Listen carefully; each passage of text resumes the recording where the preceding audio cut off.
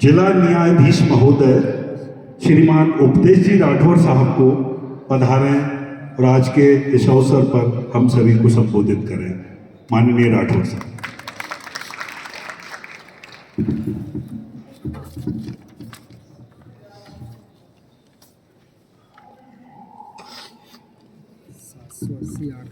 धन्यवाद सर। ठीक है, मोड लगा लीजिए 780 870। मंच पर आसीन कुलगुरु क्रांतिवीर तात्या टोपे विश्वविद्यालय किशन यादव जी, जिलाधीश आदित्य सिंह जी, अभिभाषक संघ के अध्यक्ष श्री चंद्रशेखर साहू जी, आज के इस कार्यक्रम के मुख्य वक्ता दिग्विजय सिंह सिकरवार जी, प्रभारी प्राचार्य श्रीमती गरिमा राठौर जी, प्राचार्य PG college Shrimati doctor Renu Rajesh ji, विधि महाविद्यालय की समस्त फैकल्टी, उपस्थित समस्त छात्र छात्राओं, उपस्थित गणमान्य नागरिक और समस्त महानुभाव, आप सभी को मेरा नमस्कार। संविधान दिवस के इस शुभ अवसर पर मैं अपने विचारों को इन 4 पंक्तियों के साथ व्यक्त करता हूं।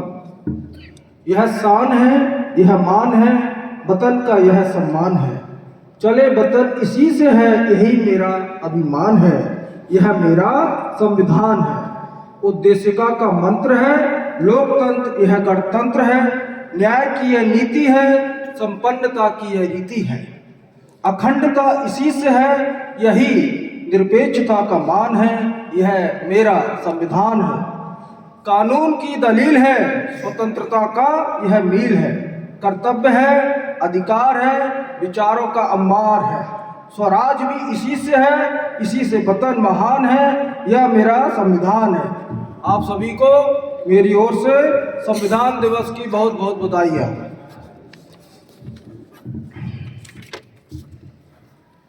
किसी देश के लिए संविधान लिखना आसान नहीं है और आज हम उन महान हस्तियों को धन्यवाद करते हैं जिन्होंने संविधान की रचना में महत्वपूर्ण योगदान दिया है। किसी देश का संविधान उसे दिशा देता है और सभी के लिए नियम निर्धारित करता है। मजबूत संविधान के बिना कोई भी देश मजबूत राष्ट्र नहीं बन सकता है। हम सब जानते हैं 26 नवंबर 1949 को भारत का संविधान अपनाया गया है और 26 जनवरी 1950 को इसे लागू किया गया, किंतु उस समय संविधान का निर्माण एक लंबी और जटिल प्रक्रिया थी जिसका एक अपना ही अनूठा इतिहास रहा है। स्वतंत्रता प्राप्ति के पश्चात सबसे महत्वपूर्ण कार्य एक ऐसे संविधान की रचना करना था जिसके माध्यम से हम उन उद्देश्यों को प्राप्त कर सकें जिसके लिए हमने स्वतंत्रता की ये लड़ाई लड़ी थी। आप सब जानते हैं अंग्रेजों ने इस भारतवर्ष पर लगभग 200 वर्ष से अधिक समय तक राज किया, किंतु इसी दौरान वर्ष 1928 में एक समिति का निर्माण हुआ था जिसने अपनी रिपोर्ट वर्ष 1929 में दी थी, जिसे नेहरू रिपोर्ट कहते हैं, और फिर संविधान सभा बनाई गई 1900 जिसमें 389 सदस्य थे और बंटवारे के बाद ये संख्या 299 रह गई थी। संविधान की ड्राफ्टिंग में लगभग 3 वर्ष का समय लगा, जिसमें 165 दिनों में 11 सत्र आयोजित हुए और 13 दिसंबर 1946 को उद्देश्य प्रस्ताव के द्वारा संविधान की संरचना की नींव रखी गई थी। वैसे तो कई समितियां थीं, किंतु उल्लेखनीय समिति जो थी वह प्रारूप समिति थी जिसके अध्यक्ष बाबा साहब डॉक्टर भीमराव अंबेडकर थे और 2 वर्ष 11 मई और 18 दिन के एक अथक और निरंतर परिश्रम के पश्चात हमारे संविधान का निर्माण कार्य प्रारंभ हुआ, पूर्ण हुआ और संविधान को हमने 26 नवंबर 1949 को अपनाया। भारत का संविधान इस संसार का सबसे विस्तृत और बृहद संविधान है। भारत में अनेक धर्मों को मानने वाले, अनेक भाषा बोलने वाले लोग निवास करते हैं। यहाँ अनुसूचित जाति, जनजाति, पिछड़ा वर्ग, इस देश में इन लोगों का निवास है। कहने का तात्पर्य यह है कि इनसे संबंधित समस्याएं भी थी और इनसे संबंधित को बंद किए जाना आवश्यक था। दूसरा, भौगोलिक दृष्टि से देखा जाए तो भारत एक विशाल देश है, इसीलिए हमारा संविधान एक विशाल संविधान है। अब संविधान की विशेषताएं अगर हम देखें, विचार करें, तो सबसे पहले ये देखा जाता है कि किसी संविधान में क्या विशेषता होनी चाहिए। एक संप्रभु राष्ट्र के नागरिक के तौर पर हमारे कुछ अधिकार भी होते हैं, कुछ कर्तव्य भी होते हैं, और हम सभी इन नियमों का पालन करते हुए सभी खुली हवा में सांस ले रहे हैं।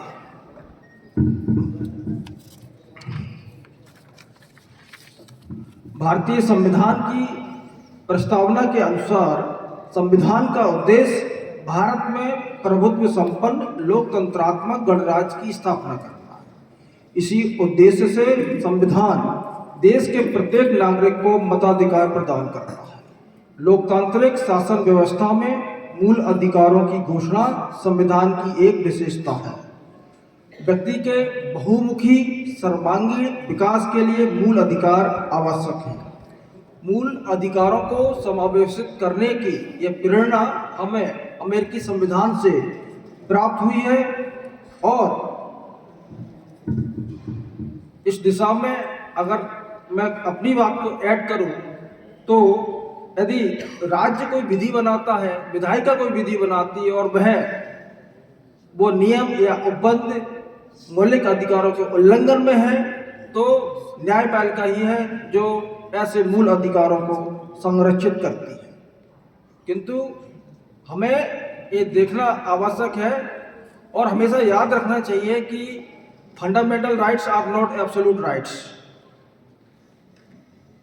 Fundamental rights are not absolute rights. इनको हम सीमित कर सकते हैं, निर्बंधित कर सकते हैं, क्योंकि सार्वजनिक हित या राष्ट्र हित व्यक्तिगत हित से हमेशा सर्वोपरि होता है, और व्यक्तिगत हितों को जब राष्ट्र हित की बात आती है तो हम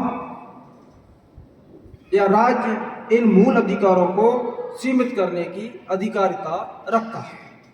विधायिका और कार्यपालिका दोनों के मार्गदर्शन के लिए संविधान में नीति निर्देशक तत्व उपबंधित हैं, जो लोक कल्याण और सामाजिक, राजनीतिक, आर्थिक न्याय की स्थापना पर बल देते हैं।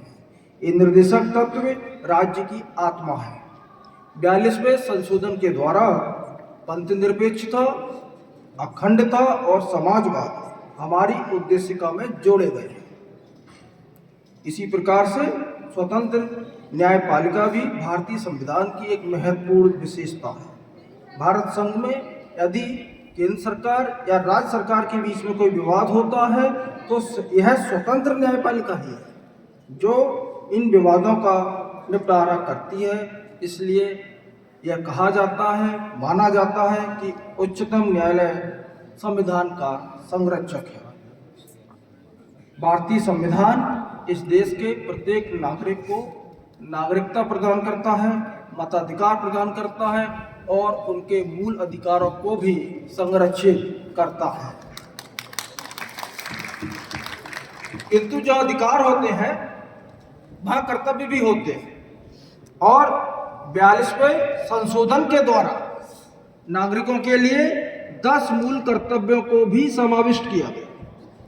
प्रत्येक नागरिक का एक कर्तव्य है कि वे संविधान का पालन करे, राष्ट्रध्वज का, राष्ट्रगान का सम्मान करे, स्वतंत्रता संग्राम के आदर्शों को अपने अंदर संजो कर रखे, स्वतंत्रता सेनानियों से प्रेरणा ले, भारत की एकता, अखंडता, संप्रभुता की रक्षा करे, समरसता, भाईचारे का निर्माण करे, देश की संस्कृति, पर्यावरण की रक्षा करे।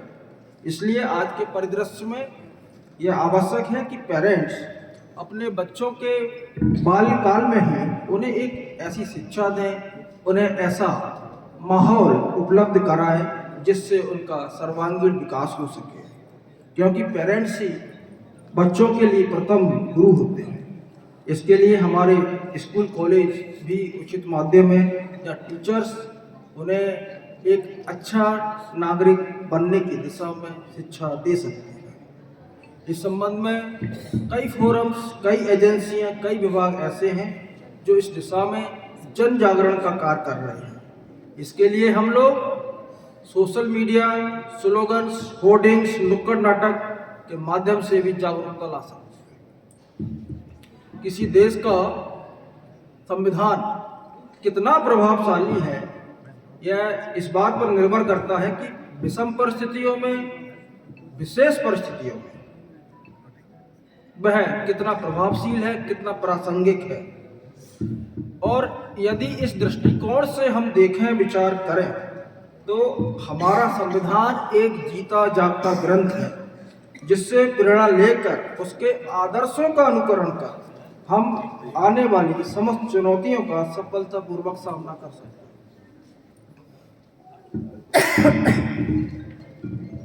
और निश्चित रूप से देश का संविधान एक प्रभावी संविधान है जिसे हम ना तो लचीला संविधान कह सकते हैं और ना ही कठोर संविधान कह सकते हैं।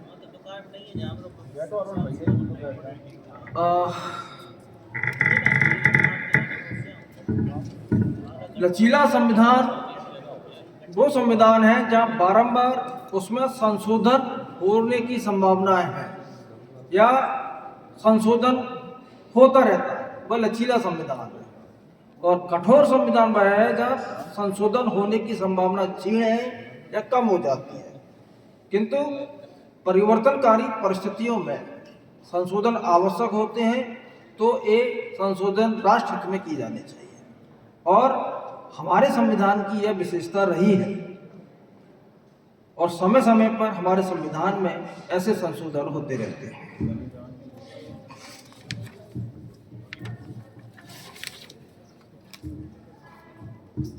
अब जब अंग्रेज भारत छोड़कर गए तब भारत की साक्षरता दर मात्र 12% थी। आज साक्षरता दर 77% से अधिक है।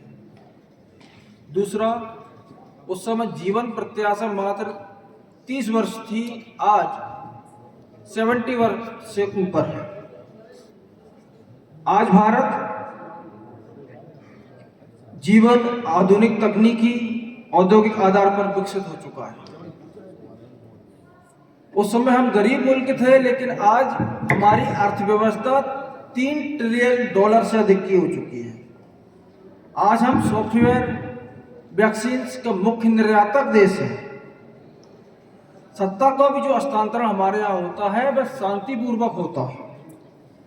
कहने का तात्पर्य यह है कि इन 75 वर्षों में हमारे यहाँ सराहनीय प्रगति हुई है, किंतु आज भी कई चुनौतियां हैं और भविष्य में भी होंगी, किंतु हम सब जानते हैं कि हम इन चुनौतियों का सफलतापूर्वक सामना कर लेंगे। संविधान एक ऐसा स्वतंत्र ग्रंथ है जो हमें एकजुट रखता है। न्यायिक समीक्षा, संसदीय विधानमंडल प्रणाली, मूल अधिकार, मौलिक कर्तव्य, धर्म निरपेक्षता, एकता अखंडता, आपातकालीन प्रावधान, समता, समानता, स्वतंत्रता, बंधुत्व, सामाजिक न्याय, राज्य के नीति निर्देशक तत्व, ये संविधान की विशेषताएं हैं। संविधान दिवस देश के प्रत्येक नागरिक के लिए राष्ट्रीय पर्व है जो नागरिकों को लोकतांत्रिक सिद्धांतों का सम्मान करने और उन्हें बनाए रखने के लिए प्रोत्साहित करता है। संविधान से पहले भारत में सत्ता का स्वरूप कुछ और ही था, लेकिन संविधान के बाद यह देश एक नया भारतवर्ष बन गया। इसलिए अंत में मैं कहना चाहूँगा कि संविधान का सम्मान करना, पालन करना हर भारतीय का कर्तव्य है, क्योंकि इस बारे में बाबा साहब भीमराव अंबेडकर ने चेतावनी देते हुए एक बार कहा कि अगर संविधान को लागू करने वाले ठीक नहीं रहे तो यह केवल कागजों का पुलिंदा ही बनकर रह जाएगा। इसलिए संविधान दिवस का मकसद यह है कि देश के नागरिकों में संवैधानिक मूल्यों के प्रति सम्मान की भावना को बढ़ावा दें। इसी के अंतर्गत हम सभी को अधिकार मिलते हैं और हम सब पूरी स्वतंत्रता के साथ, समानता के साथ जीवन जी सकें और मौलिक कर्तव्य हमारी जिम्मेदारियों का हमें एहसास कराते रहते हैं। संविधान दिवस पर हमें जीवन भर अपने कर्तव्य और देश का कानून का पालन करने का प्रण लेना चाहिए। देश का एक सच्चा, अच्छा और जिम्मेदार नागरिक बनने से संविधान का मकसद पूरा होगा, बल्कि संविधान निर्माताओं का जो सपनों का भारत था उस राष्ट्र का निर्माण भी होगा। इन्हीं शब्दों के साथ मैं अपनी वाणी को विराम दे रहा हूँ। धन्यवाद।